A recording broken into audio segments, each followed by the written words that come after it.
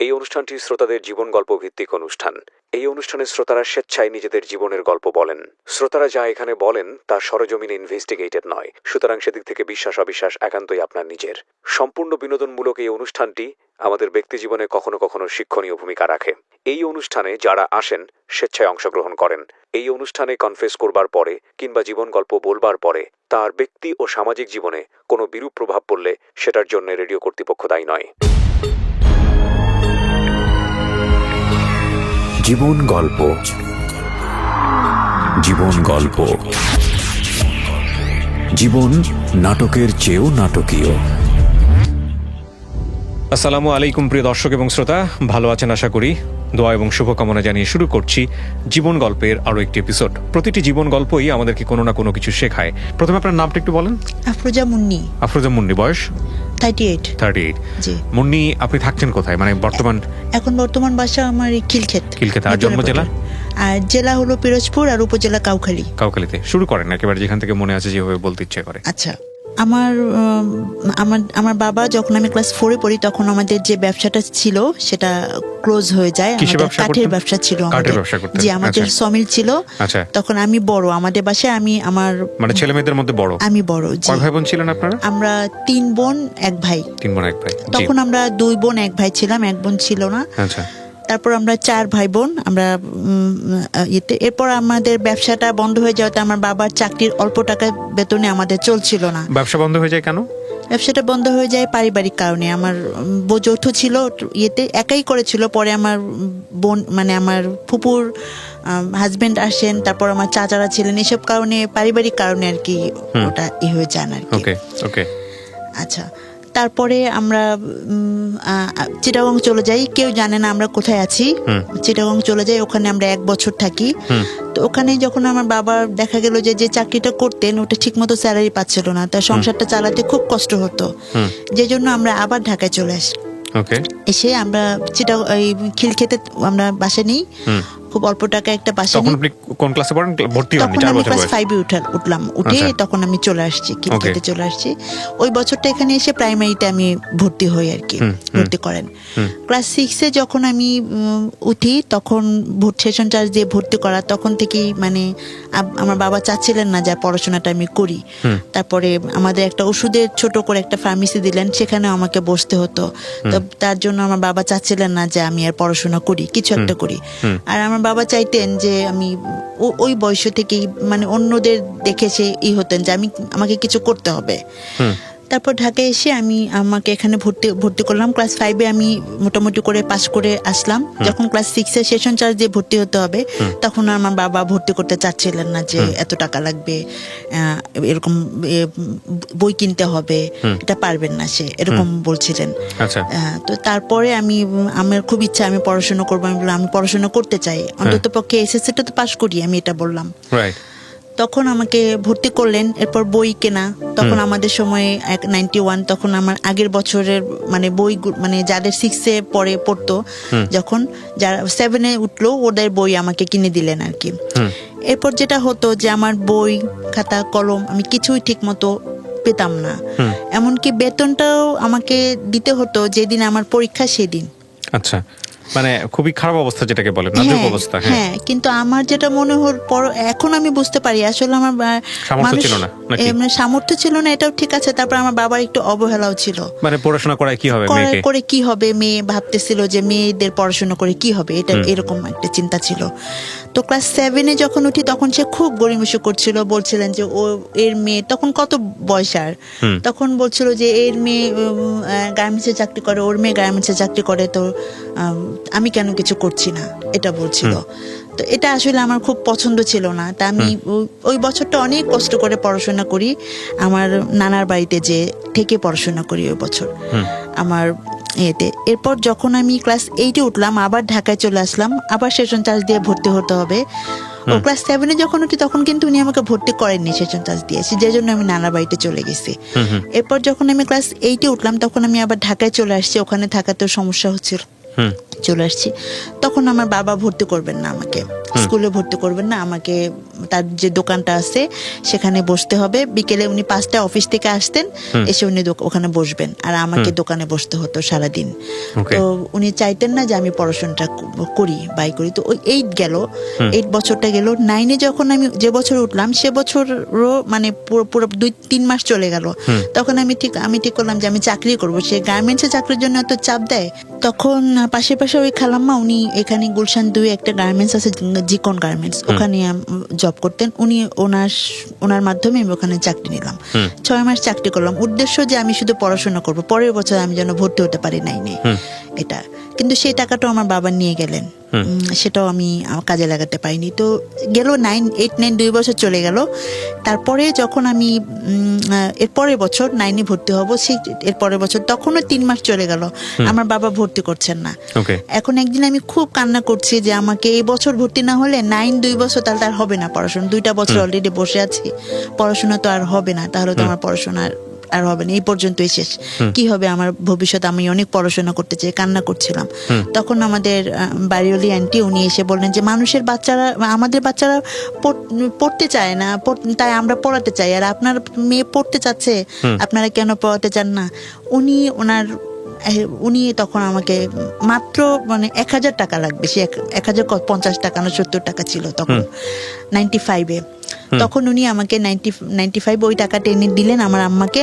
এরপর আমি সেই ভর্তি হই, আর আমার টিউশনি করে পড়াশোনা শুরু। তখন এই পাশের বাসায় উনি টিউশনি ঠিক করে দিলেন উনি, এই আমার টিউশনি করে পড়াশোনা শুরু। এরপর আমার 4টা টিউশনি শুরু হয় 1-2 মাসের মধ্যেই, এবং পড়াশোনা। তো আমি দেখা গেল যে টিচারের কাছে ঠিক মতো যে পড়তে হবে সেটাও আমি ম্যানেজ করতে পারতাম না। তারপরে আমার ম্যাথ ছিল, ইলেকট্রিক ছিল, তো আমি সেভাবে আমার টিচারের কাছে পড়তে পারতাম না দেখে রেজাল্ট খুব ভালো হয়নি। তো 9-10 এভাবেই আমার খুব কষ্ট করে পড়াশোনা করে চলছিল। তারপর এসএসসি পরীক্ষা দিলাম, এসএসসি পরীক্ষাতে মোটামুটি পাস করলাম। তো টিউশনি করে আমার সবকিছু চলছিল। তারপর আমি এসএসসি কমপ্লিট করলাম, কমপ্লিট করার পরে আমার তো ভর্তি হলাম, টিউশনি চলছে। তো আমি চাকরিরও চেষ্টা করছি। তো আমার বাবা বলছিলেন যে আর ম্যাট্রিক পাস করে কি চাকরি হয়? তো তখন আমার বাবা বলছিলেন তোকে দিয়ে কিছুই হবে না। এরপর যখন ইন্টার পরীক্ষা দেব তার 3 মাস আগে উনি আমাকে বললেন উনি খাওয়াতে পারবেন না, ওনার পক্ষে খাওয়ানো আমাকে সম্ভব না। তখন আমি আমাদের খিলক্ষেতে একটা ছিল এনজিওর একটা সমবায় সমিতি ছিল, সেখানে চাকরি নিলাম। এসএসসি পাশের পরে ইন্টার পরীক্ষার 3 মাস আগে একটা সমবায় সমিতি, জাস্ট কি করতে হতো? টাকা কালেকশন করতে হতো। আচ্ছা। আর আমি কোচিং শুরু করলাম তখন আমি কাওলাতে, আমাদের ওখানে, সেখানে আমাকে হেঁটে যেতে হতো, মানে অনেক কষ্ট হতো ওখান খিলক্ষেত থেকে কাওলা যাওয়া, হেঁটে রোদের মধ্যে এসে আবার সেই বিকেলে অফিসে যেতে হতো। ওখানে 6টা থেকে 8টা, আবার সকাল 9টা থেকে 12টা, ওখানে আমাকে প্রতিদিন অফিস করতে হতো। আমার তখন সামনে ইন্টার পরীক্ষা, আমি ওই সময় আমার পড়ার দরকার, অথচ আমি তখন কিছু করার ছিল না। তারপর ওখানে 6 মাস চাকরি করলাম, ইন্টার পরীক্ষা দিলাম, ভালোভাবে পাস করে আসলাম। বিভিন্ন জায়গায় চাকরির চেষ্টা করি। এরপর আমি আমার একটা এনজিওতে চাকরি হয়, ওটা বুটিক শপ থাকে, বুটিকে চাকরি হয়। সেখানেও আসলে মেয়েরা তো পারিবারিক মানে পরিবেশ ভালো না হলে সব জায়গায় চাকরি করতে পারে না। তো আমার এরপর থেকে 2000 সন থেকে 2005 সন পর্যন্ত আমার চাকরির অনেক ইন্টারভিউ দিতে থাকি, কারণ আমার যেহেতু লোক নেই, আমার জনবল নেই, আমাকে চেষ্টা করতে হয়, অনেক চেষ্টা করতে থাকি, কোথাও চাকরি হচ্ছিল না। পরিবার আমার উপর আরো ক্ষেপে যাচ্ছিল যে আমি ইচ্ছা করে বোধহয় চেষ্টা করছি না বা করছি না, কোথাও করলে হয়তো বা হলে চলে আসতে হচ্ছে, পরিবেশটা আমার ভালো লাগে না। এরকম আমার দেখা গেল যে একটা পত্রিকা অফিসে চাকরি হয়েছিল, তারপরে একটা এনজিওতে চাকরি হয়েছিল, দুস্থ স্বাস্থ্য কেন্দ্র, সেখানেও আমি 5 মাস করে থাকতে পারিনি, আমাকে সিলেট ট্রান্সফার করে দিয়েছিল। তাহলে ওখানে ট্রান্সফার করে যখন দেয় তখন আমার ওই সময় একটু অনিয়ম দেখে আমার খুব খারাপ লাগছিল, যে জন্য আমাকে ট্রান্সফার করে দিছে সিলেটে। তো তখন আমি যদি সিলেটে যাই আমার গ্রাজুয়েশন ডিগ্রি পরীক্ষাটা দেয়া হবে না, যে জন্য আমি এটা ক্যান্সেল করে দিলাম। তো ডিগ্রি পরীক্ষা তখন আমার টিউশনি তো চলছেই, এর মধ্যে যখন ডিগ্রি পরীক্ষা তখন রোজার মধ্যে আমার হঠাৎ করে ফর্ম ফিল আপ, আমি 2 দিন আগে জানি যে আর 2 দিন মাত্র সময় আছে ফর্ম ফিল আপের। তখন আমি আমার বাবাকে বললাম যে আমাকে কিছু টাকা দেন, আমি ফর্ম ফিল আপটা করে ফেলি, টিউশনির টাকা পেটে, রোজা তখন টিউশনের টাকা পেতে আর কয়েকদিন দেরি হবে। Form fill up for intermediate, এটা হলো গ্রাজুয়েশন। গ্রাজুয়েশন কি একদম কি ফোর্থ ফাইনাল ইয়ার নাকি ফাইনাল ইয়ারে? হ্যাঁ, তখন আমি আপনি এর জব মধ্যে আমি একটু করতেছেন? বলি, হ্যাঁ এর মধ্যে আমি জব করছি না তখন, আমি এর মধ্যে ওই যে 5 মাস জব করে চলে আসছি। এর মধ্যে যেটা হলো যে আমি আসলে আমি অর্থনীতিতে ভর্তি হয়েছিলাম তিতুমির কলেজে, কিন্তু আমাদের সময় তো প্রতি বছরে পরীক্ষা না দিলেও চলতো। আমি তো টিউশনই করে ঠিক মতো ক্লাস করতে পারতাম না। 3 বছরের পরীক্ষা একবার দিলেই হতো, 3 বছর মেয়াদি ছিল, কিন্তু ওই তখনই 4 বছর করে ফেললো, যে জন্য আমার পরীক্ষা মিস করলাম।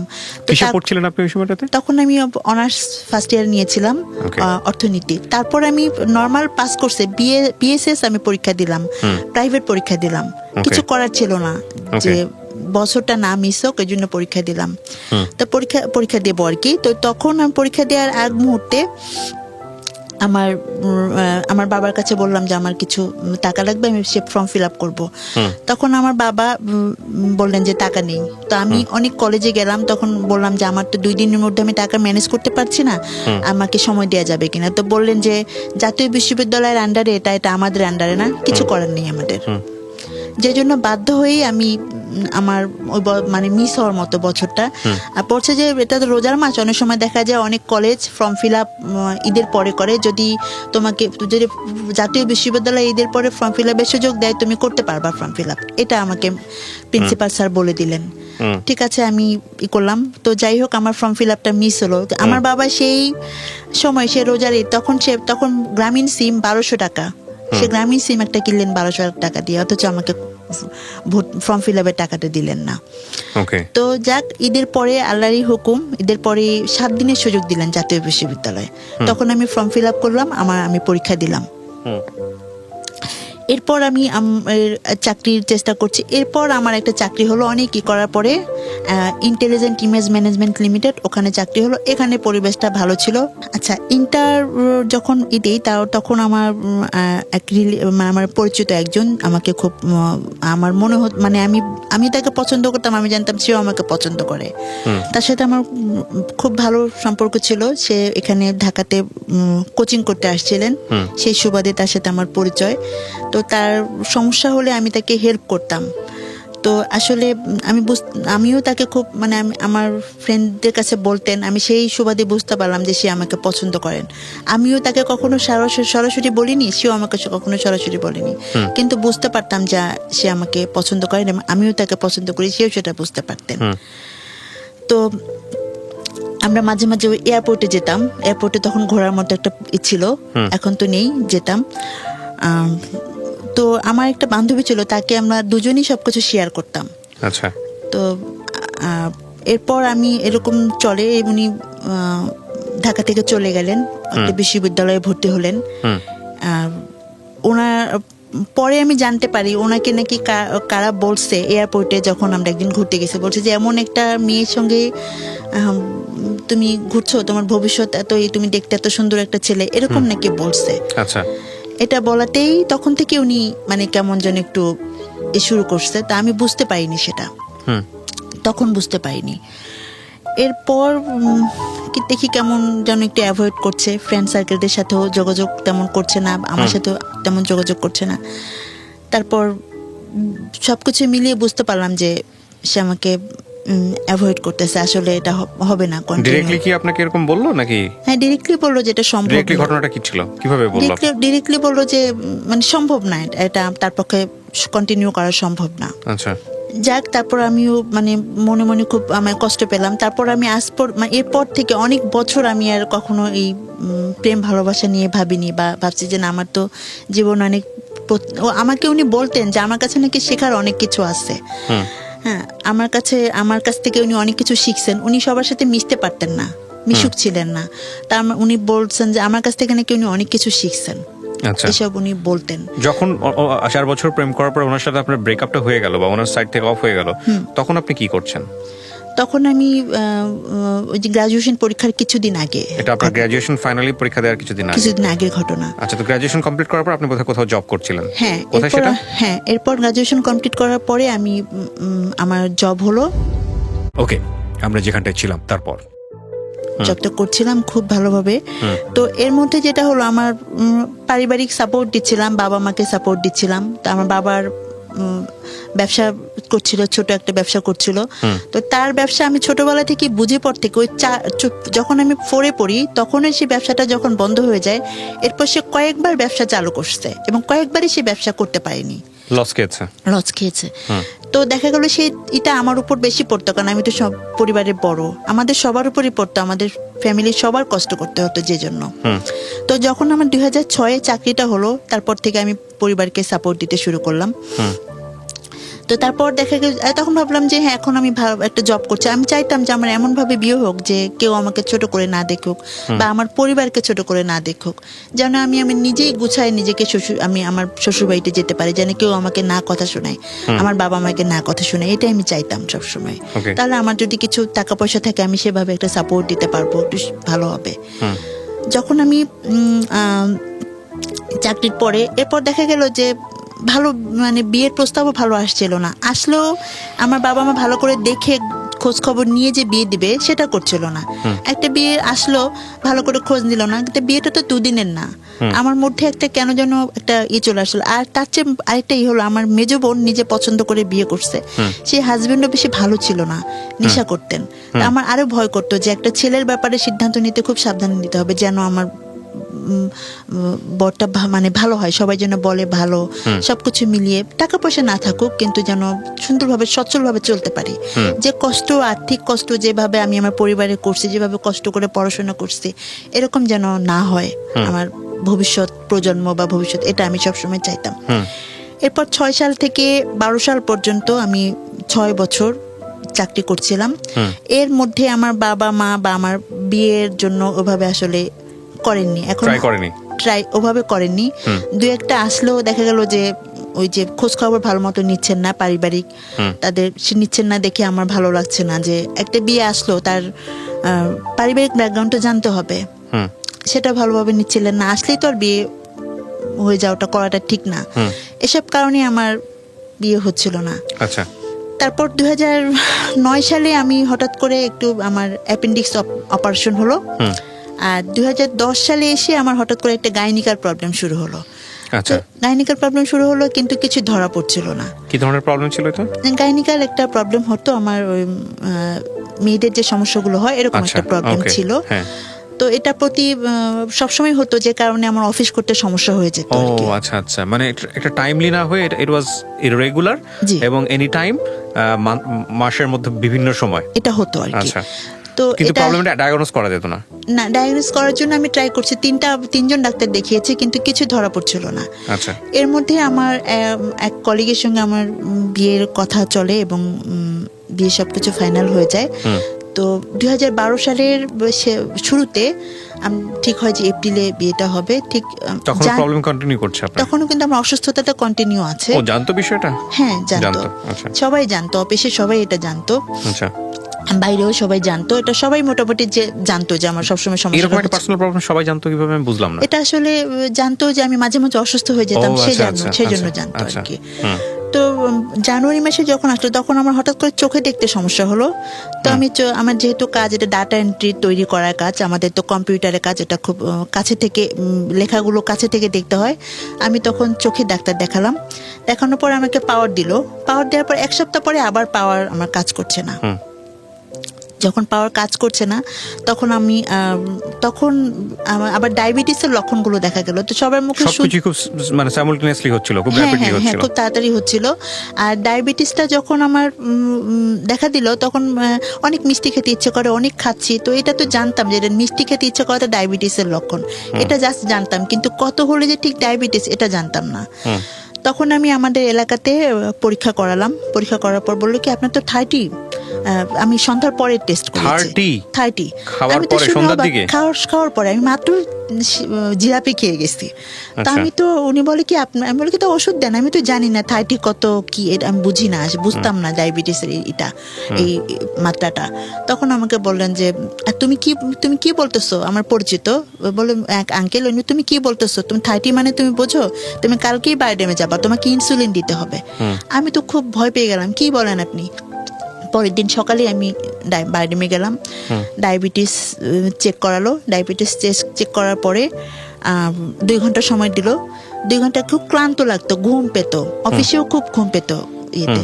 তখন আমার অনেক ডায়াবেটিস ধরা পড়লো, 20-23, খালি পেটে 20, ভরা পেটে 23। খালি পেটে 20 তো অনেক। অনেক। সঙ্গে সঙ্গে আমাকে ইনসুলিন দিয়ে দিল।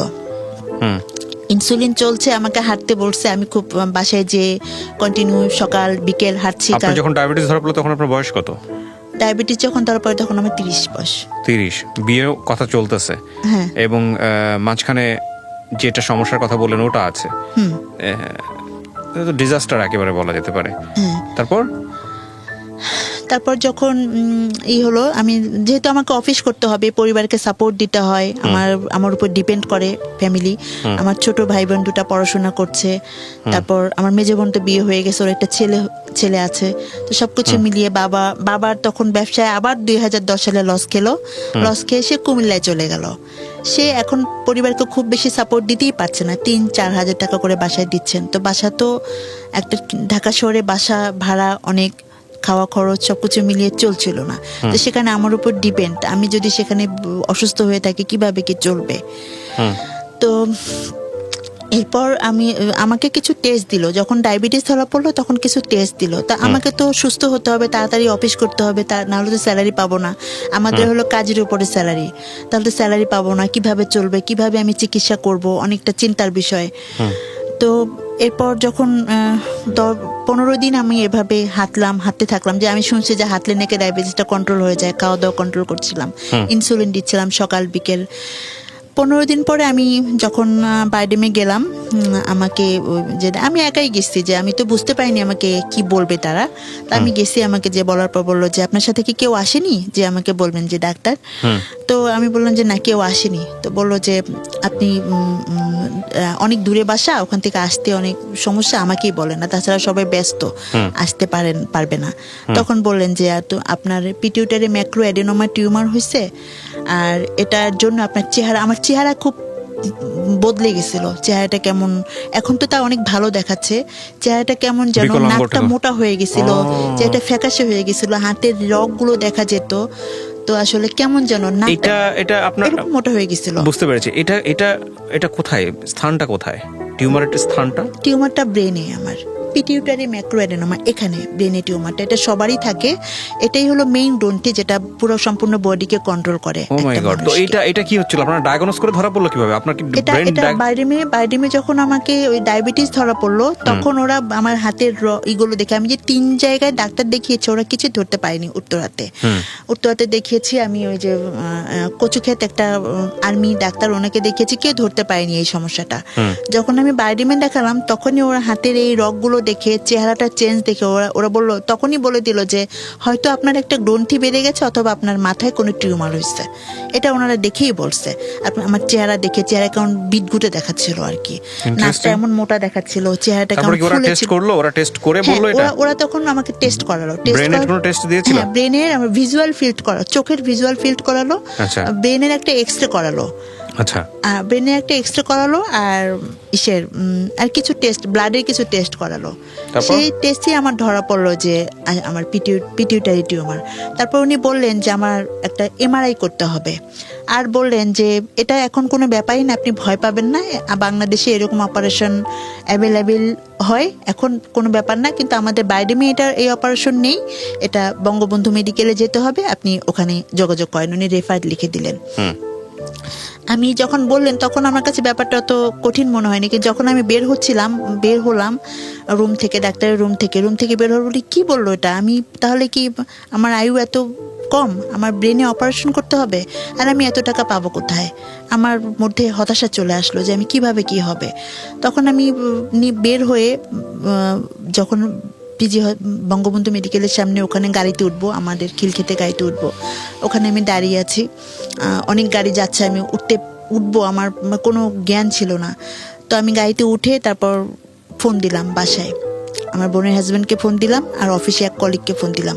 তো ব্রেন টিউমার ধরা পড়লো। তো আমার তো এই সম্পর্কে কোনো ধারণা নেই। এটা 2012 সালে ফেব্রুয়ারি মাসে ধরা পড়েছে।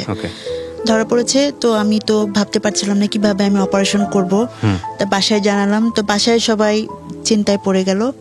আর অফিসে এক কলিগকে জানালাম ফোন দিয়ে যে আমার এরকম অসুস্থ। যার সঙ্গে বিয়ে হওয়ার কথা ছিল ও কি বলছিল, ও জানতো বিষয়টা? উনিও জানছেন। উনি আচ্ছা। তখন আমাদের অফিস থেকে চাকরি ছেড়ে দিচ্ছেন, তার আগে তার এক বছর আগে চাকরি ছেড়ে দিয়েছেন, 11 সালে চাকরি ছেড়ে দিয়েছেন। উনি অন্য জায়গায় চাকরি করছিলেন। ব্রেন টিউমার, ডায়াবেটিস এবং পিরিয়ডিক্যাল প্রবলেম, জি। রাইট। তারপর তো ডাক্তার যেটা বললেন, আমার সব সমস্যায় যে সমস্যাগুলো হচ্ছিল চোখে Basically দেখতে, টিউমারের কারণে। সবকিছু আসলে টিউমারের জন্য কারণে, হচ্ছিল। হ্যাঁ, ইমব্যালেন্স হয়ে গেছে বডি। জি, সবকিছু ইনব্যালেন্স হয়ে গেছে। এটা এখানে অনেক হরমোন আছে যেগুলো ঠিকমতো, একটা হরমোন এখন ঠিকমতো অনেক বেশি বেড়ে গেছে। আচ্ছা। বেড়ে যাওয়ার জন্য আমার চেহারার এই চেঞ্জগুলো আসছে। হরমোনাল ইমব্যালেন্স যেটাকে বলে, হ্যাঁ। জি। তারপর এরপর তো আমি কিভাবে অপারেশন করব খুব চিন্তায় পড়ে গেলাম, বাসায় যে আমি কিভাবে কি করব। তখন আর তার 1 বছর আগে আমার আমি তো 97 পাস করেছি কুর্মিটোলা থেকে, কুর্মিটোলা স্কুল খিলক্ষেত। তো ওই কুর্মিটোলা স্কুলে যারা আমার ব্যাচে যারা ছিল, ওরা তার 1 বছর আগে আমরা রিইউনিয়ন করেছিলাম। তো ওই রিইউনিয়ন করাতে তখন অনেকের সঙ্গে পরিচয় হয়, অনেক ছেলেদেরকে চিনতাম না, মেয়েদেরকেই শুধু চিনতাম, ছেলে মেয়ে যেহেতু আলাদা ছিল। তখন অনেক ছেলেদের সাথে পরিচয় হলো এবং জানলাম যে আমার ক্লাসের একসাথে আমরা পড়াশোনা করছি। ওরা সবাই এগিয়ে আসলো আমার সেই ইয়েতে। ওরা যখন জানলো যে আমার এত বড় অসুখ, আমার বাসায় আসলো, কয়েকজন ফ্রেন্ড আমার বাসায় আসলেন, এসে জানলো যে এই অবস্থা। তখন বললো যে এরকম তো কেউ আমাদেরও হতে পারে, আমরা সবাই পার্টিসিপেট করব, এরকম আমাদেরও হতে পারে। অথচ ওরা কিন্তু ওদের নিজেদের বাড়ি, ওদের কোনো কিছুর অভাব নেই। তারপরও যখন এটা বললো, তখন আমি কাঁদবো না হাসবো আসলে, যে আল্লাহ এত বড় দয়াময়, চিন্তা করার যে যেখানে আমার কোনো উপায় নেই যে আমি অপারেশন করব। ওরা আমাকে বেশ হেল্প করলো, তা আর অফিস কলিগরা সবাই মিলে হেল্প করলো। তখন আমি প্রস্তুতি নিলাম অপারেশন করার জন্য। এমআরআইটা করলাম, এমআরআইটা করার পরেই আমি প্রস্তুতি নিলাম। তো ফেব্রুয়ারি, মার্চ, এপ্রিলের 20 তারিখে আমি শেষ পর্যন্ত সিট পেলাম। সিট পেতে যে বঙ্গবন্ধু মেডিকেলে, বঙ্গবন্ধু মেডিকেলে সিট পেতে যেও সিট সহজে পাচ্ছিলাম না, কারণ এখানে তো সহজে সিট পাওয়া যায় না। তখন আমার ফ্রেন্ডরা, ওরা সবাই, তার মধ্যে কিছু মানুষের নাম না বলেই নয়, ফিরোজ, তানিম, মাসুম, রিগান, তারপর শিরিন, রুকু সহ আরো অনেক ফ্রেন্ড আছে যারা এগিয়ে আসছে আমার এই দুঃসময়ে আমার পাশে থাকছে। তো আমাদের খিলক্ষেতের সাধারণ সম্পাদক ছিলেন তখন রফিক আঙ্কেল। উনি জানলেন ব্যাপারটা, জেনে উনি বললেন যে, তখন স্বরাষ্ট্রমন্ত্রী আমাদের সাহারা খাতুন আপা, ওনার কাছে এই নিয়ে গেলেন আমার আম্মাকে সহ, গেলেন যে দেখি কোনো সিটের ব্যবস্থা করা যায় কিনা। যাওয়ার পরে উনি তখন স্বরাষ্ট্রমন্ত্রী, উনি নিজে ফোন দিয়ে বলে দিলেন, তখন ভিসি প্রাণগোপাল দত্ত স্যার বঙ্গবন্ধু মেডিকেলের, অনেকে বলে দিলেন। পরের দিন গেলাম, যাওয়ার পরে কাগজ একটা লিখিত দিয়ে দিলেন, ওই লিখিতটা নিয়ে গেলাম। তারপরও সিটটা খালি না হলে তো নিতে পারবে না, 15 দিন লাগলো, সিট পেয়ে গেলাম। আমি এপ্রিলের 20 তারিখে ভর্তি হলাম ওখানে। আচ্ছা। তারপর 1 মাস 1 দিন পর আমার অপারেশন হলো। সেটা ছিল মে মাসের 22 তারিখ আমার অপারেশনটা হয়। আচ্ছা, আপনার অপারেশনে কি পরিমাণ অর্থ খরচ হয়েছে? অপারেশনে আমার 3 লাখ টাকার উপরে চলে গেছে। তাও সরকারি বলে আপনি এই টাকায় করতে পারছেন? জি। বেসরকারি হলে, বেসরকারিতে আমাকে বলেছিল, এক জায়গায় বলেছিল 6 লক্ষ লাগবে, এক জায়গায় বলেছিল 10 লক্ষ লাগবে। তো 3 লক্ষ টাকা আমি ওখান থেকে সরকারিভাবে আসলাম। ভাবলাম যে অপারেশন যখন হলো, অপারেশন যখন হওয়ার আগে আমার আবার একটু স্বভাব ছিল মানুষের করা, ওখানে সবার জন্য দেখা গেলো আমাকে ওষুধ দিয়ে ঘুমাতে বলতো, আমি ঘুমাতাম না, আমি ছুটোছুটি করতাম, অন্যদের খুব চেষ্টা করতাম যারা গ্রাম থেকে আসে তাদেরকে হেল্প করার জন্য। তো আমি অপারেশন হওয়ার পরে কি হবে এরকম একটা ভয় তো থাকেই, সবারই থাকে। তা আমার খুব মনোবলটা ছিল। আমার টেস্টগুলো ওখানে এক এক জায়গায় করতে হয়, অনেক পিজি হসপিটালের যেহেতু টেস্ট, বঙ্গবন্ধু মেডিকেলের টেস্টগুলো এক এক জায়গায়, সেগুলো দৌড়াদৌড়ি করে করতে হয়, করলাম। তারপর আমার অপারেশনটা হলো। যখন আমার অপারেশনটা সাকসেস হলো, তখন আমার মনে হলো যে আমি নতুন জীবন পেয়েছি, তাহলে আমার সবকিছু স্বাভাবিক। আমি বুঝতে পারিনি যে আমার জীবনটা অন্যরকম হয়ে যাচ্ছে, অস্বাভাবিক হয়ে যাচ্ছে, সেটা আমি বুঝতে পারিনি। ওকে, আমরা যেখানটায় ছিলাম তারপর তো অপারেশন করে বাসায় গেলাম 1.5 মাস পরে। বাসায় যাওয়ার পরে আবার অফিসে জয়েন করলাম। 1.5 মাসের মধ্যে এত ইজি ছিল অপারেশনটা? 1.5 মাসের পরেই আমি অপারেশনে 18 দিন পরে আমাকে বাসায় দিল। আর আমার মনোবলটা খুবই ছিল। আমার অপারেশনের 1.5 মাস পরে আমি জয়েন করলাম। আমার আমার মা সাথে আসতেন, বসে থাকতেন, আমি অফিসে যেতাম। সবাই আমাকে খুব সহযোগিতা করতেন, অফিসে সবাই খুব হেল্পফুল ছিলেন। না আমাকে তো কিছু করতে হবে, নাহলে কিভাবে চলবে চিকিৎসা, কিভাবে সবকিছু চলবে, এত ব্যয়বহুল খরচ। তারপর কিছুদিনের মধ্যেই জানতে পারলাম যে বিয়েটা হচ্ছে না, বিয়েটা ভেঙে গেছে। মানে যেহেতু আমি অসুস্থ, হ্যাঁ অসুস্থ, এরকম এটা বিয়ের সম্ভব না। এরপর আমি চাকরিটা করছিলাম, অফিসে সবাই খুব হেল্প করছিল। অপারেশনের 3 মাস পরে আমি আবার আমার খুব অসুস্থতা দেখা দিল। তো তখন আবার গেলাম হসপিটালে। যাওয়ার পরে এই শুরু হলো নিয়মিত চেক আপ। বলছে সবসময় চেক আপে থাকতে হবে, যখনই কোনো ইয়ে হয় চেক আপে থাকতে বলছে, তাহলে আমি সুস্থ থাকতে পারবো, এটা আমাকে বলছে। তা আমি নিয়মিত চেক আপে থাকি। যখন মাথা ব্যথা শুরু করতো তো যেতাম, যাওয়ার পরে বললো একটা এমআরআই করলো। তো ভাবলাম যে আবার কিছু রয়ে গেল, কি যেন হয়েছে। বলছে 5 বছর পরে আবার অপারেশন করা লাগতে পারে। তখন আমার ওই যে গ্রন্থিটা বেশি ছিল, একটা হরমোন যে বেশি ছিল, গ্রোথ হরমোন, ওটা অপারেশনের আগে 50 ছিল, অপারেশনের পরে কমে 11 হয়েছে। আচ্ছা, বঙ্গবন্ধু মেডিকেলে 11, বারডেমে 13, এরকম হয়েছে। তো তারপর যখন এখন ওরা চায় এটা মেয়েদের 2-3 আসতে হবে, 5-এর মধ্যে থাকতে হবে এই হরমোনটা। সেটা এখন 11-13 এরকম। এটা বললাম এই কারণে, পরে এটা লাগবে এটা। তো এরপর যখন হলো এরকম খুব বেশি অসুস্থ হয়ে গেলাম, তখন দেখলো যে ওখানে ব্লাড জমে আছে, যেখানে টিউমারটা ছিল ওখানে ব্লাড জমে আছে। তো এটা ওষুধের মাধ্যমে কিছুদিন রিমুভ করা যাবে, তো ওষুধের মাধ্যমে ওটা রিমুভ করা গেল। তারপর আমি আবার অফিস করছি, আবার বিয়ের প্রস্তাব আসে, তো বিভিন্ন বিয়ের প্রস্তাব আসে, এই অসুস্থ বলেই চলে যায়। তারপর আমার চেহারা চেঞ্জ আসছে, আস্তে আস্তে আস্তে আস্তে বুঝতে পারলাম যে আসলে আমি আর স্বাভাবিক অবস্থায় নেই। সমাজ, তারপর পরিবার, তারপর আত্মীয় পরিজন, সবার কাছে আমি যেন কেমন একটু বোঝার মতো হয়ে যাচ্ছি, মানে তাদের অ্যাটিটিউডে। হ্যাঁ, তাদের অ্যাটিটিউডে আমি এটা বুঝতে পারছিলাম। তো 1 বছর 5 মাস, মানে 1 বছর পরে আমাকে আবার হসপিটালে ভর্তি হতে হলো। তখন আমার আবার মাথা ঘোরালে কি সমস্যা, কারণ আমার তো এখন ব্রেনে একটা সমস্যা হয়ে আছে, টেনশন হয়। আবার বারডেমে ভর্তি হলাম। এবার বারডেমে ভর্তি করে বললো যে ব্লাড দিতে হবে, আমার হিমোগ্লোবিন অনেক কমে গেছে, 5.6 হয়ে গেছে, ব্লাড দিতে হবে। তখন আমি 4 ভাগ ব্লাড দিলাম, দিয়ে সুস্থ আমি আবার যে অফিস শুরু করলাম। 10 দিন আমি ভর্তি ছিলাম, কয়েকদিন ছুটি কাটালাম, আবার অফিস শুরু করলাম। এই ক্ষেত্রে যেটা বলবো, আমার অফিস আমাকে অনেক হেল্প করছে, আমি অসুস্থ থেকে খুব কাজের ব্যাপারে।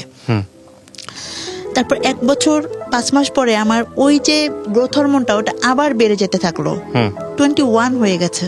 তখন আমাকে ডাক্তার বললো এটা তো বেড়ে গেল, তো আবার অপারেশন করতে হবে। তখন আমাকে একটা গ্রোথ হরমোনটা কন্ট্রোল করার জন্য ট্যাবলেট আছে, ওই ওষুধটা দিলেন।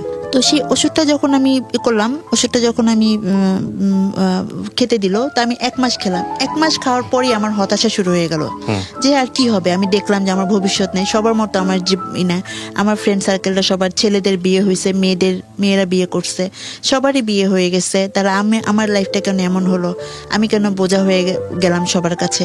সমাজে সবাই কেউ আমাকে দেখে খুব কষ্ট পাচ্ছে, কিন্তু পেছনে যে আমাকে নিয়ে বদনাম করতেছে। এই যেমন অসুস্থতা আমার নিজের দান, আমি নিজে নিয়ে আসছি আল্লাহর কাছ থেকে চেয়ে। আমার বিয়ে হচ্ছে না, এটাও আমার দোষ, সবকিছু আমার উপর মানুষ বলছিল দোষ। তো এটা আমি মেনে নিতে পারছিলাম না, বিভিন্ন কারণে মেনে নিতে পারছিলাম না, আমার খুব কষ্ট হচ্ছিল। তা আমি অনেক হতাশায় চলে গেলাম। তখন আমি ওই ওষুধটা, ডাক্তার বলছে ওষুধটা তাদের পরামর্শ ছাড়া মিস করা যাবে না। আমি অনেক ওষুধ তাদের পরামর্শ ছাড়া বন্ধ করে দিলাম, যে আর ওষুধ খেয়ে কি হবে, আর বেঁচে থেকে কি হবে, আমার জন্য মৃত্যুটাই শ্রেয়। ঠিক তার 6-7 মাস পরে, মানে আমার ঠিক অপারেশনের 2 বছর পরে 14 সালে এই আমার ওই ওষুধটা মিস করার কারণে আমার ওই হরমোনটা বেড়ে 30 হয়ে গেল। তখন আমাকে যেটা করলো যে এখন রেডিওথেরাপি দিতে হবে, এছাড়া কোনো উপায় নেই।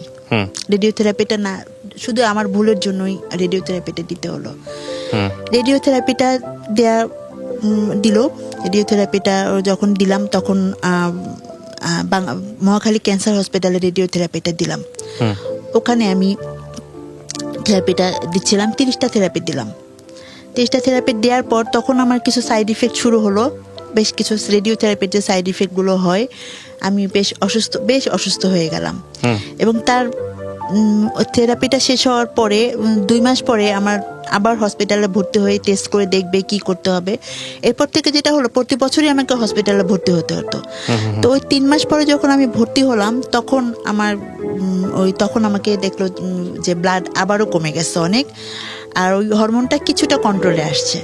যখন ব্লাড কমে গেছে তখন ওই ব্লাড দেওয়ার জন্য অনেক ট্রাই করলো, 3 ব্যাগ ব্লাড আমার যে দিল, কিন্তু ব্লাড নিচ্ছিল না শরীরে, কোনোভাবে ব্লাড দিতে পারছিল না। তো যখন আমি ওই রেডিওথেরাপিটা, তখন আমি বাসায় বসে থাকতাম, অফিস নাই। ওই সময় আমি ছোটবেলা থেকে লিখতাম, কিন্তু লেখাটা ওভাবে পত্রিকাতে ছোটখাটো এমনি লিখতাম, কিন্তু এটা যে কখনো মানে ওইভাবে লিখবো ভাবতে পারিনি। যখন আমি দেখলাম যে আমি একা হয়ে যাচ্ছি পারিবারিক কারণে, সামাজিক কারণে সবকিছু, তখন আমি আমার কথাগুলো লিখে রাখতাম, খাতায় লিখে রাখতাম হাতে। তো এরকম লিখতাম। তো তখন আমি যখন রেডিওথেরাপিটার সময় আমার বেশিরভাগ লেখাটা ওই সময়টাই লিখছি। তারপর যখন 3 মাস পর হসপিটালে ভর্তি হলাম, ওই সময় যখন হসপিটালে ব্লাডটা নিচ্ছিল না, তারপর আমি আরো বেশি আমার লেখাগুলো আরো লিখলাম যে আমি তাহলে কি আমি আর সুস্থ হব না। এরপর আস্তে আস্তে করে আরো অসুস্থ হয়ে গেলাম। রেডিওথেরাপি যখন আমাকে ব্লাডটা দিতে পারলো না, তার 2-3 মাস পর আবারও হসপিটালে ভর্তি করে এবার একটা ইনজেকশন দিয়ে তারপর আমাকে ব্লাডটা দেওয়ার চেষ্টা করলো। এই সময় যখন ব্লাডটা দিল, ব্লাডটা নিল, তো ঠিক তখন বইমেলা চলে আসছে।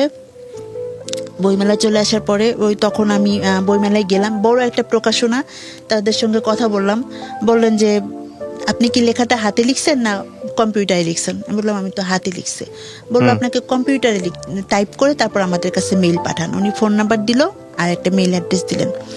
তো আমি তখন সেই নাম্বারটা এরপর আমি আমাদের অফিসে ইংরেজিতে টাইপ, বাংলা টাইপ না, বাংলা টাইপ শিখলাম। আমি শিখে বাসায়, যেহেতু দোকানে এত টাকা দিয়ে করার মতো আমার ছিল না, যখন আমার খুব ইচ্ছে যে আমি বাঁচি আর যাই করি, আমার জীবনে তো ভবিষ্যৎ নেই আমি জানি, কিন্তু তারপর আমি যেন একটা বই করে যেতে পারি, আমার জন্য একটা লেখা আমি যেন লিখতে পারি। আমি সবসময় বই মেলায় যেতাম প্রতি বছর, আমার খুব ইচ্ছে হতো যে আমি কখনো পাঠক না, আমি লেখক হিসেবে যেন কখনো বই মেলায় যেতে পারি।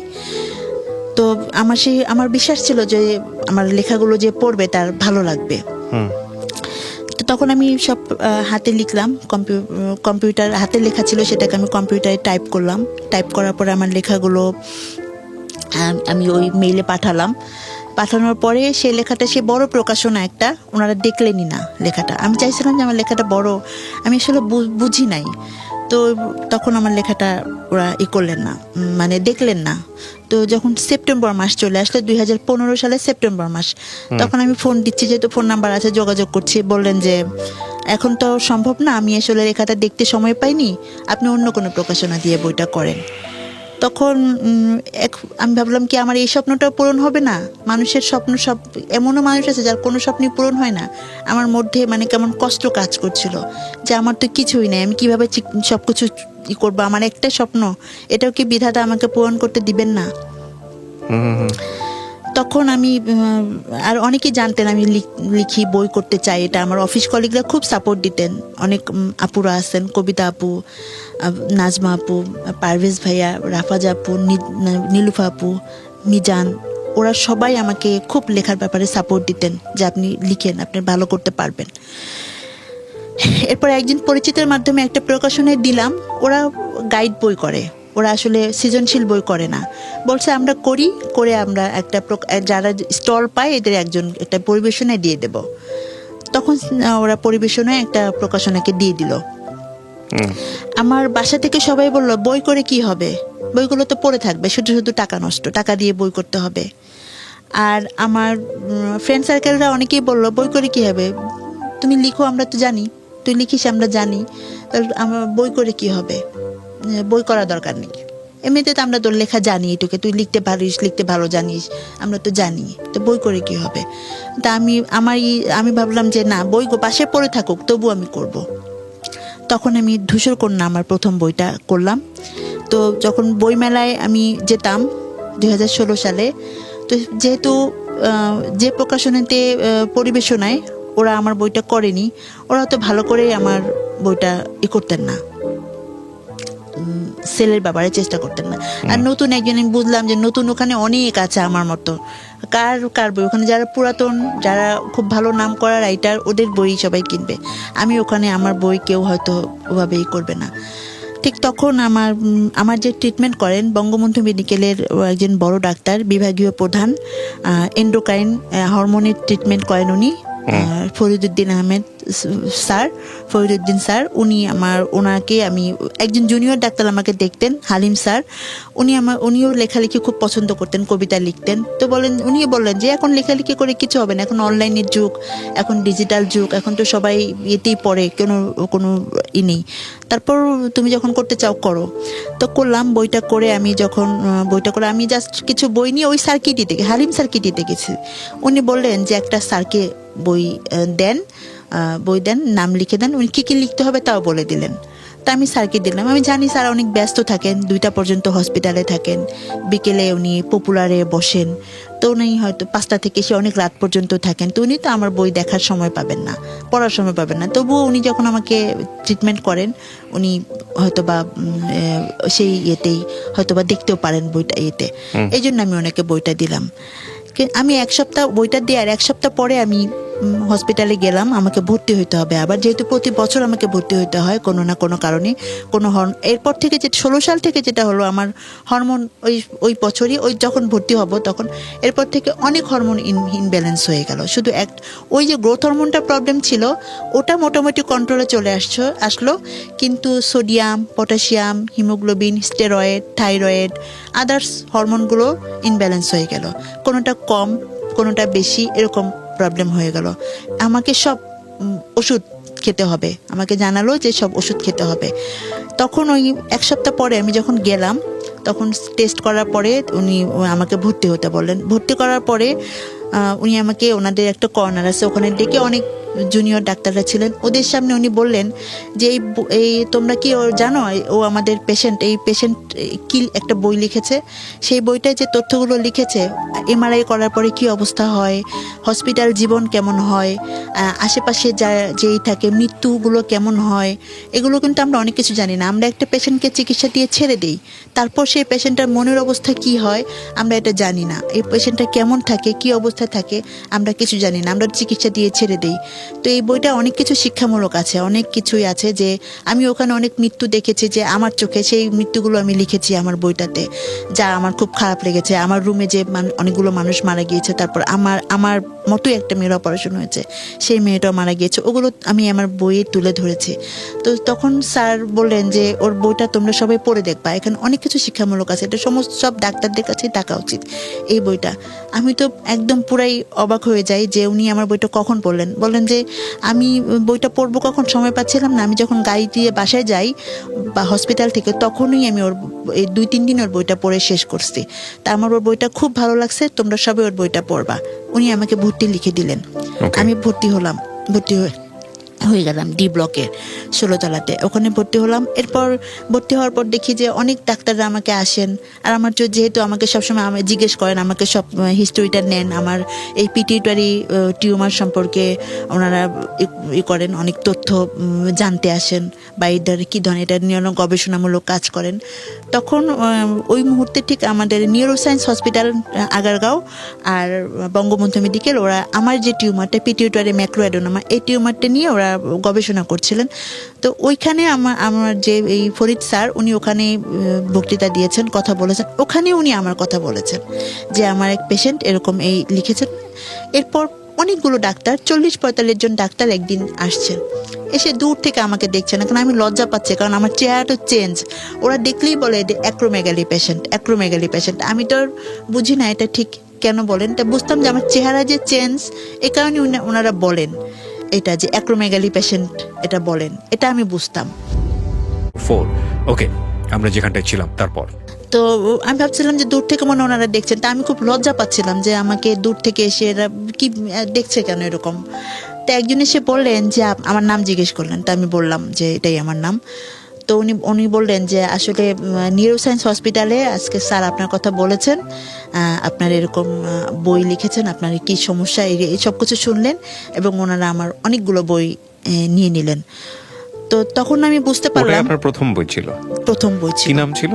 ধূসরকন্যা ছিল তখন তখন ধূসর প্রথম কন্যা। খণ্ড করব ওটা ভাবিনি, তখন পরে আমি প্রথম খণ্ড করেছি। আচ্ছা। তো তখন আমি মাত্র 500 বই করেছিলাম। তা আমার অনেক বই সেল হয়ে এবারে গেল। বইমেলাতে পাওয়া যাবে আপনার ওই বইটা? এবার বইমেলাতে আমার বইটি আছে। কোথায় আছে এটা? এটা হলো অমর প্রকাশনীতে আমার প্রথম খণ্ড, দ্বিতীয় সবগুলো বই এখন অমর প্রকাশনীতে কি পাওয়া নামে যাবে। পাওয়া যাবে? ধূসর কন্যা প্রথম খণ্ড, ধূসর কন্যার দ্বিতীয় খণ্ড, দুইটা, আর একটা প্রবন্ধ আছে, সেটা হলো ছিটমহলের দিনগুলি। এটা হলো ছিটমহল কত নম্বর স্টল মনে আছে? স্টল নাম্বারটা আমার সঠিক এখন কি মনে কি নেই। নাম, কি প্রকাশনী বললেন? অমর প্রকাশনী। অমর প্রকাশনী। বইমেলাতে স্টল আছে ওদের? জি জি, Okay, বইমেলাতে ঠিক আছে। স্টল আছে। এটা অনেক পুরাতন প্রকাশনী। যদি কেউ সংগ্রহ করতে চান আপনারা সংগ্রহ করতে পারেন। হ্যাঁ বলেন তারপর। তারপর ধূসর কন্যা, তখন ওই বইটা আমার যখন আমি বুঝতে পারলাম যে আমি পারবো, আমাকে দিয়েই হবে। আমাকে সবাই যে বলছে যে বই পড়ে না, এই ডিজিটাল যুগ এটা সেটা, কিন্তু আমি তো পেরেছি। আমার বইগুলো সেল হয়ে গিয়েছে, অফিসের সবাই কিনে নিল, বললো চমৎকার বই হয়েছে। আমার মধ্যে আত্মবিশ্বাস চলে আসলো যে না, আমি পারবো। জীবনের সবকিছু, হ্যাঁ আমার জীবন তো থেমে থাকে না কারোর জন্য, জীবন চলতেই থাকবে, এগিয়ে যাবে, যেতেই থাকবে, কি কারোর জন্য কোনো কিছু থেমে থাকবে না। আর আমার একটু কিছু করার, মানুষের জন্য কিছু করারও একটা টেন্ডেন্সি ছিল, সেটাও যেন আমি করে যেতে পারি। মৃত্যু তো হবেই, এখন আমার মধ্যে চলে আসলো মৃত্যু হবে 2 দিন আগে 2 দিন পরে, কিন্তু যদি কিছু করে যেতে পারি সেটাই হলো আল্লাহর কাছে শুকরিয়া। তো 16 সালটা এভাবেই দ্বিতীয় খণ্ড, এরপর আমি যে ভাবলাম যে আমার পরবর্তী কিছু গল্প নিয়ে আমার দ্বিতীয় খণ্ড বইটা করব। এরপর আমি দ্বিতীয় খণ্ড বইটা করলাম, করার পর আমি তখন আমি প্রথম পুরস্কার পেলাম দ্বিতীয় খণ্ড বইটার জন্য মুক্তিযোদ্ধা বিষয়ক মন্ত্রীর কাছ থেকে। আমার দ্বিতীয় খণ্ড বইটার জন্য পুরস্কার পেলাম প্রেস ক্লাব, আমার প্রকাশনী থেকেই বইটা প্রকাশিত হলো, প্রেস ক্লাবে অনুষ্ঠানটি হলো, সেখানে আমি পুরস্কার পেলাম। তখন আমি ভাবলাম যে আমি তো পারবো, আমাকেই পারতে হবে। জীবন কখনো কারোর জন্য থেমে থাকে না, যত কষ্ট হোক, যত কিছু হোক, আমাকে পারতেই হবে। বাধা আসবেই, জীবনে চলার পথে বাধা আসবেই, সবার জীবন তো একরকম হয় না, এটা আমার মধ্যে চলে আসলো। তার কিছুদিন পরে, পুরস্কারটা পাওয়ার কিছুদিন পরে একটা অনুষ্ঠানে আমি একটা অনুষ্ঠান পেলাম ইয়েতে, ঢাকা রিপোর্টার্স ইউনিটে। সেখানে পেলাম সাবেক প্রেসিডেন্ট বি চৌধুরী স্যারকে। তো উনি এমন একজন বয়স্ক একজন মানুষ, আমি জাস্ট তখন আমার 2টা বই বেরোলো, প্রথম খণ্ড দ্বিতীয় খণ্ড, 2টা বই মাত্র বের হয়েছে। তো 2টা বই আমি ওনাকে দিলাম। দেওয়ার পরে উনি বললেন উনি তো ডাক্তার, উনি আমাকে দেখেই বুঝলেন তুমি অ্যাক্রোমেগালি পেশেন্ট, তোমার এই সমস্যা। তো এতে আমি বললাম জি। অ্যাক্রোমেগালি হলে যেটা হয় চেহারার মধ্যে একটা চেহারাটা চেঞ্জ আসে, নাকটা কেমন চেঞ্জ হয়ে যায়, চেহারাটা কেমন চেঞ্জ, উনি আমাকে দেখেই বুঝতে পারলেন। হয়, আমি আরেকটা ইন্টারভিউ করেছিলাম অ্যাক্রোমেগালির উপরে। এটা একটু বেড়ে গেছে আমার, এটা এরকম, আমার চেহারাটা এরকম ছিল না, এরকম কিছু চেঞ্জ আসে, ওই চেঞ্জগুলো উনি দেখেই বুঝতে পারলেন, স্যার দেখেই বুঝতে পারলেন। তো যার পর উনি আমাকে অবাক করে দিলেন। 4 দিন পরে আমাকে ফোন দিলেন, ফোন দিয়ে বললেন যে তুমি বই 2টা খুব চমৎকার লিখেছো, শিক্ষামূলক বই হয়েছে, তুমি লিখতে থাকো। তুমি ভাবতেছো তুমি ভালো নেই, এই পৃথিবীতে তুমি দেখো তো অনেকের যাদের মাথা গোজার ঠাই নেই, অনেকের রাস্তায় হাত নেই, পা নেই, তাদের কথা চিন্তা করো, তুমি কি তাদের চেয়ে ভালো নাই? তোমার যে বন্ধু ফ্রেন্ড সার্কেলটা ভালো আছে, তুমি তাদের চিন্তা করতেছো? তুমি দেখো না যারা ভালো নেই তাদের কথা চিন্তা করো, তুমি কি তাদের চেয়ে ভালো নাই? যখন তুমি কেন ভাবতেছো তুমি ভালো নেই? তুমি বই লিখতে পেরেছো, তুমি এমন অসুস্থতা নিয়ে লিখতে পেরেছো, এটা তো পারারই কথা না, তোমার তো এখন অনেক সমস্যা হওয়ার কথা। সমস্যার মধ্যে তুমি যে পেরেছো, তোমার যে শখটা তুমি পূরণ করতে পেরেছো, এটা তো অনেক বড় একটা পাওনা। তুমি কেন ভয় পাচ্ছ? আমি এটা বুঝলাম না। উনি আমাকে অনেক কিছু বললেন এবং বললেন তুমি বাসায় এসো, আমি তোমার সঙ্গে পরে একসময় কথা বলবো। উনি আমাকে আধা ঘন্টা অনেক কিছু বুঝালেন। আমি অনেক কান্না করলাম যে তাহলে আমি পারবো, আমাকে দিয়েই হবে। স্যার যখন, উনার মতো মানুষ অনেকেই আমার বইটা, আর যেটা হতো তখন আমার বইটা অনেকেই দেখা যায় যে ফ্রেন্ড সার্কেলদের মধ্যে বাইরে অনেকেই বলতো কি যে সময় নেই, বই পড়ার সময় নেই, বই এখন পড়ে কে? তা আমার নিজেরই খুব খারাপ লাগতো এসব ইয়েতে। তো তখন আমার আত্মবিশ্বাসটা আরো বেড়ে গেল যে না, আমি পারবো, আমাকে দিয়েই হবে। 16 সাল গেল, এরপর এভাবে আমি আবার নতুন বই লেখা এতে থাকলাম, জবও করতেছি। আমার ওই যে অফিসে ছিলাম ওখানে জবও করতেছি, অসুস্থ থাকি। তারপর ওনারা আমাকে অনেক স্যাক্রিফাইস করেন, অফিসে সবাই একটু অসুস্থ হলে আমাকে বাসায় পৌঁছে দেওয়ার ব্যবস্থা করেন, তারপর আমার বই নেন, এভাবে আমার চলছিল। তো 17 সালে এসে আমার এক ফুপু, আমাদের গ্রামের এক ফুপু রুহিয়া হাসি, ওই ফুপু উনি ওই ট্রিটমেন্টে যাবেন ইন্ডিয়াতে। তখন উনি বললেন, যেহেতু আমি সুস্থ হচ্ছিলাম না, ব্লাড দিতে হচ্ছিল, প্রতি বছর ভর্তি হতে হয়, তো উনি বললেন আমি তোকে একটু দেখি, আমি যাব দিল্লিতে, তোকে নিয়ে যাই। ওখানে যাওয়ার পর আমি জানতে পারলাম যে আমাকে একটা ইনজেকশন দিতে হবে, যেটা অনেক কস্টলি। ওটা বাংলাদেশে অনেক দাম, আর ওখানে ওটা 30 থেকে 35,000 টাকা পড়ে আর কি খরচ। ওটা 6টা ইনজেকশন দিতে বললেন। তো তখন আমি এত টাকা কোথায় পাবো? আমার বই সেল চলছিল, অফিস সবকিছু মিলিয়ে। তখন ওই ফুপুই আমাকে হেল্প করেছেন ওই 6টা ইনজেকশনের ব্যাপারে, সবটুকুই উনি অনেকের কাছ থেকে কারেকশন করে দিয়েছেন, নিজে দিয়েছেন। এভাবে আমার 6টা ইনজেকশন দেওয়ার পর মোটামুটি সুস্থ। আমি ভাবলাম এরপর যখন ছিটমহল নিয়ে যখন 2015 সালে যে এটা দেখলাম টিভিতে, দেখলাম যে ওখানে ওটা আমাদের দেশেরই এমন একটা অংশ যেটা ভারতেরও না, বাংলাদেশেরও না, ওরা কত অবহেলিত। তখন ওদের চেয়ে তো আমি অনেক ভালো আছি। ওদের ভোটার আইডি নেই, ওদের কোনো পরিচয় নেই, ওরা হসপিটালে ভর্তি হতে পারে না, ওরা পড়াশোনা করতে পারে না, ওরা এত অবহেলিত ছিল এত বছর। আমার খুব কষ্ট লাগলো। তখন মনে হলো যে আমি ওখানে যাব, আমি ওদেরকে নিয়ে লিখবো, ওদের কাছ থেকে তথ্য নেব, জানবো। আমি 21 চ্যানেলে, তারপরে এটিএন বাংলায় নিউজ দেখলাম। তখন যে নিউজগুলো দেখে আমার খুব খারাপ লাগলো যে আমি যাব ওখানে, যে আমি তথ্যগুলো নেব। এরপর আমি ছিটমহল গেলাম, দাসিয়ার ছড়া, সেই নাগেশ্বরী, ওখানে গেলাম। ওখানে যে থেকে সে তথ্যগুলো নিলাম, নিয়ে ছিটমহলের সেই তথ্য নিয়েই একটা বই লিখলাম, একটা বই করলাম, প্রবন্ধ করলাম, ছিটমহলের দিনগুলি। সেই বইটার নাম দিলাম। সেখানে বর্তমানে বাংলাদেশের মানচিত্রের কি অবস্থা, তারপরে মানচিত্র আমাদের বেড়েছে, গবেষণা করে সেই বইটা আমি করেছি। আল্লাহর কাছে শুকরিয়া যে অসুস্থ অবস্থায় করতে পেরেছি। ওই বইটা করার পরও আমি একটি পুরস্কার পেয়েছি, ছোট একটা পুরস্কার পেয়েছি। তো এভাবেই ওই বইটা আমি 18 সালে আমার বইটা পাবলিশড হয়। এরপর বইটা হাসানুল্লাহ ইনু স্যার, উনি বইটার মরুকোন্মোচন করেন। মরুকোন্মোচন করার পর উনি বলেন যে বইটা কি আমি পেতে পারি ওই ইয়েতে? অবশ্যই, তার হাতে বই ছিল, বইটা নিয়ে গেছেন। তো আমি বুঝলাম যে আমি পারবো, আমাকে থেমে গেলে চলবে না, যত বাধা আসুক। এর মধ্যে এখন আমি ওই ইনজেকশনগুলো দেওয়ার পর আমি আর অফিস করতে পারছিলাম না, অফিসটা একদমই করতে পারছিলাম না। মাঝে মাঝে খুব অসুস্থ হয়ে যায়, আবার কত স্যাক্রিফাইস করবে। 2012 সাল থেকে শুরু করে 2017 সাল পর্যন্ত 5 বছর অনেক স্যাক্রিফাইস করেছে অফিস আমাকে। তো তারপর আমার আমাদের বই কিনেও অনেক সহযোগিতা করে অফিস। 18 সালে বইটা করলাম। এরপর 18 সালে আবার এরকম হসপিটালে ভর্তি হলাম, আবার অসুস্থ হই। এখন আমাকে চিকিৎসা কে করবে, কিভাবে করব আমি চিকিৎসা? তখন আমাদের কিছু রিলেটিভদের মাধ্যমে আমার বইগুলো বিভিন্ন জায়গাতে, আর সেই আমার যে ডাক্তার, উনি বেক্সিমকো কোম্পানি থেকে বিভিন্ন কোম্পানিতে বলে দেন, তো আমার বইগুলো সেল হয়। এভাবেই আমি তখন আমার চিকিৎসাটা চালিয়ে নিচ্ছিলাম। চিকিৎসাটা চালাতে হবে। আর আমাকে আমার বাবা বলেছে খাওয়াতে পারবে না, 17 সাল থেকে বলছে খাওয়াতে পারবে না। সে তো টাকা সেই 10 সাল থেকে অল্প টাকা চাকরি করছে, অল্প টাকা স্যালারি পাচ্ছে, সে দিয়ে সে করছিল না।